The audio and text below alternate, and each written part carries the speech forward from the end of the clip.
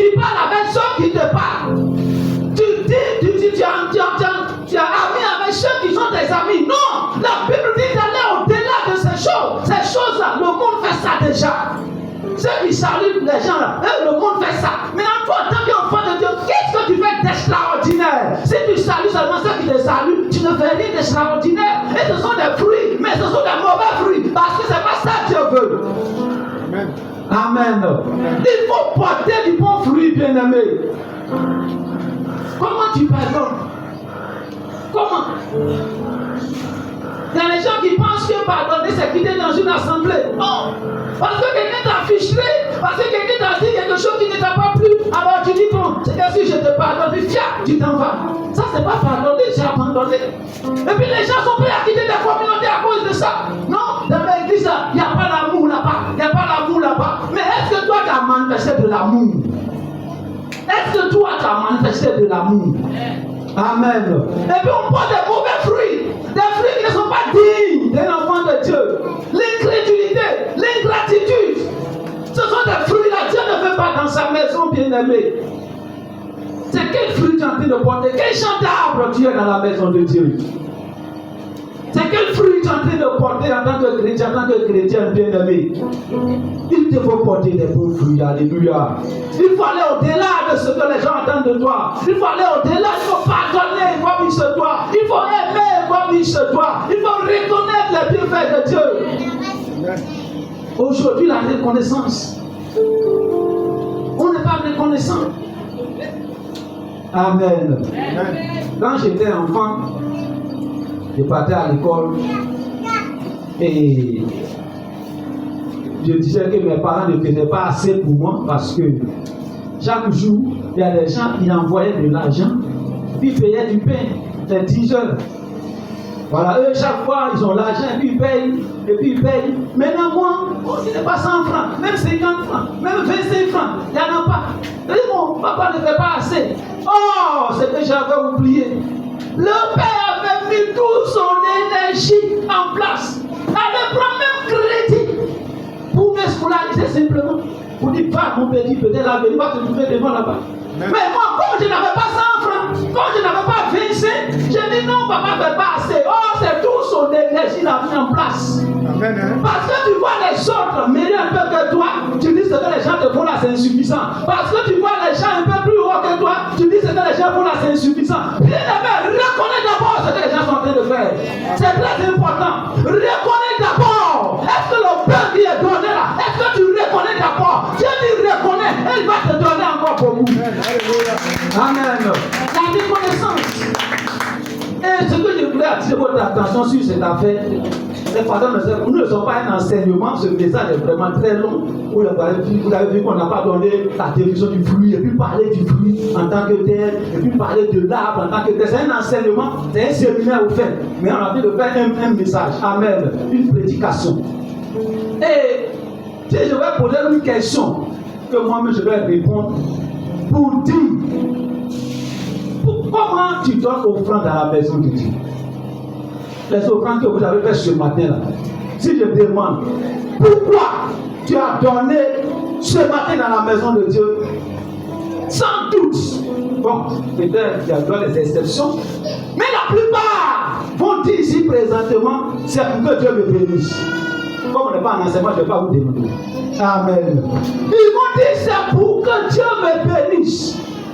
Je donne offrande pour que Dieu me bénisse. Je fais telle chose pour que Dieu me bénisse. Je fais telle chose pour que Dieu me bénisse. Oh, bien-aimé, je te dis aujourd'hui, c'est de l'ingratitude. Cette manière de faire offrande là, il faut changer. On ne donne pas dans la maison de Dieu les offrandes pour être béni. Ce n'est pas le premier objectif. On reconnaît la bénédiction que Dieu nous a faite en venant dire merci à Dieu. C'est ça les offrandes. Alléluia. Les offrandes que vous voyez là, ce n'est pas pour que Dieu vous bénisse, mais c'est parce que Dieu vous a donné que vous venez reconnaître d'abord ce qu'il a fait pour vous. Et la Bible dit maintenant par sa générosité, il dit si tu reconnais, moi maintenant je prends encore le plaisir de t'augmenter, d'ajouter, de faire encore plus pour que tu continues de donner. Alléluia. Voilà, et puis on a changé le sens. Alléluia. On a changé. Et puis l'évangile de la prospérité, puis de cela dans les bons, il y a une nuance. Amen. On reconnaît d'abord. Mais la reconnaissance est en train de disparaître dans l'église. On ne reconnaît plus. Jusqu'à maintenant, en train de toucher la croix de Jésus-Christ. La reconnaissance de la mort de Jésus-Christ à la croix est en train d'être bannie dans l'église.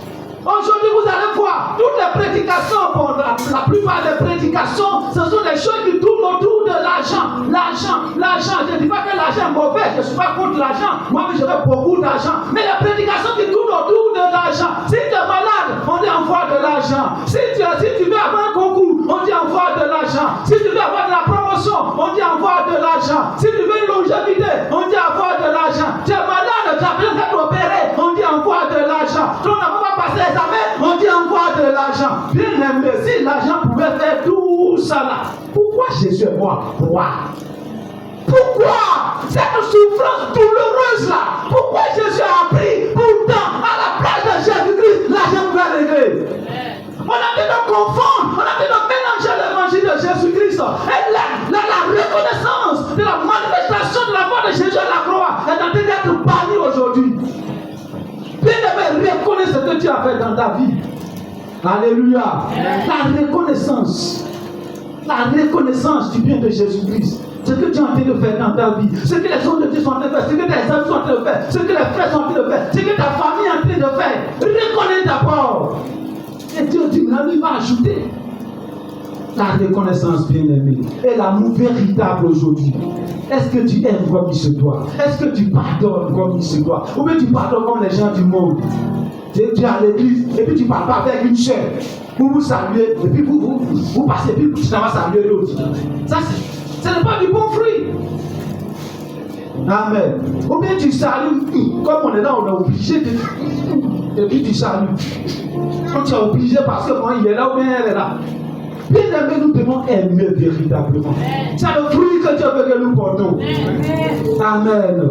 C'est quel fruit tu es en train de porter? Est-ce que ce sont pas des fruits amers? Est-ce que tu es là au moment où on a besoin de toi? Est-ce que tu es à l'église au moment où on a besoin de toi? Est-ce que tu participes au programme lorsqu'on a besoin de toi? Est-ce que tu réponds oui lorsqu'on a besoin de toi? Est-ce que lorsqu'on a besoin de toi, tu réponds? Ou bien tu fais du fruit, tu donnes du fruit amer? Alléluia. Portons du bon fruit, bien-aimé. C'est quel fruit tu es en train de porter? Amen. Le troisième. Le fruit. Waouh. C'est un fruit qui est bon, un peu bon. Mais sa particularité, c'est que il produit, le monsieur il a produit du fruit. Oui, en tout cas il a fait effort. Il a produit du fruit, mais il a produit au moment qu'on n'a plus besoin. Vraiment. Alléluia. Le monsieur là, il a fait effort. Mais au moment où on l'a produit là, on n'a plus besoin. Non, c'est des fruits qui étaient normalement délicieux. S'il venait à son temps, vraiment, ça allait être agréable. Ça allait réjouir le cœur. Ça allait être enthousiasme. En tout cas, les gens allaient se réjouir. Mais on a attendu jusqu'à tout le monde est fatigué. Et puis finalement, au moment où on n'a plus besoin là, on voit le fruit. Le fruit qui vient en retard. Josué chapitre 7, verset 20. Josué chapitre 7, verset 20. C'est l'avant-dernier, le troisième fruit.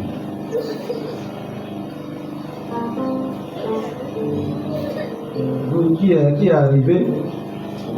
Josué chapitre 7, verset 20. Bon, si moi j'ai vu, je commence en même temps. Achan répondit à Josué et dit: il est vrai que j'ai péché contre l'Éternel, le Dieu d'Israël, et voici ce que j'ai fait. J'ai vu dans le butin du beau manteau de Chinéa 200 cycles d'argent et un lingot d'or. Un lingot d'or du poids de 50 cycles. Je les ai convoités et je les ai pris. Ils sont cachés dans la terre au milieu de ma tente et l'argent est dessous. Amen. Voilà, on ne va pas lire toute l'histoire. Vous voyez ce monsieur du nom d'Achan.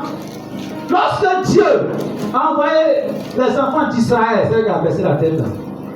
Lorsque Dieu a envoyé les enfants d'Israël d'aller détruire la ville de Jéricho, il a ajouté dévouer la ville par interdit. Quand on dit dévouer la ville par interdit, c'est-à-dire tuer tout, ne prenez rien. Les animaux, tuez-les. Tout ce que vous allez voir brûler du matériel, de l'argent, ne laissez rien. Allez-y détruire tout. Et ce monsieur, il est parti. Et il est rentré dans une maison, il a tué le monsieur, tué la femme, tué les enfants, tué tous les animaux dans la cour, et puis il rentre dans la chambre, il voit de beaux vêtements, et puis il voit de l'argent, la richesse, de l'or, et puis il dit waouh, ça c'est de l'argent qu'on a train de chercher là. Hein? Et puis il a pris, il allait cacher dans sa maison. Toute personne n'a vu. Hein? Il a bien fait le travail. Ses amis même du côté des soldats, la personne n'a vu. Il a bien camouflé. Puis il est rentré. Et quand ils ont allé attaquer la deuxième petite ville,